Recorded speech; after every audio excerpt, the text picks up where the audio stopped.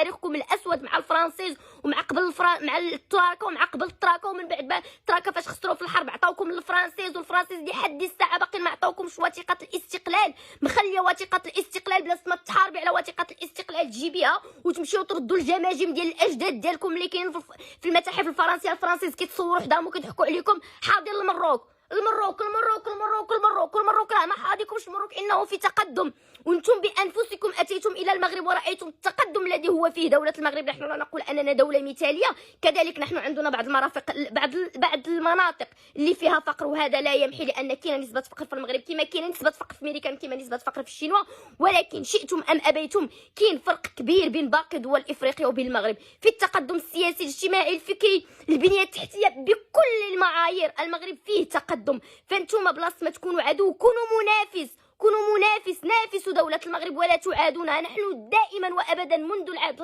محمد الخامس رحمه الله والحسن الثاني ومحمد السادس اطال الله فيهم عمره وهم يمدون لكم اليد، يقولون لكم نحن اخوه، يمد لكم كل ملوكنا وسلاطين مدوا لكم يد العون، لكنكم انتم دائما كنتم تطعنون في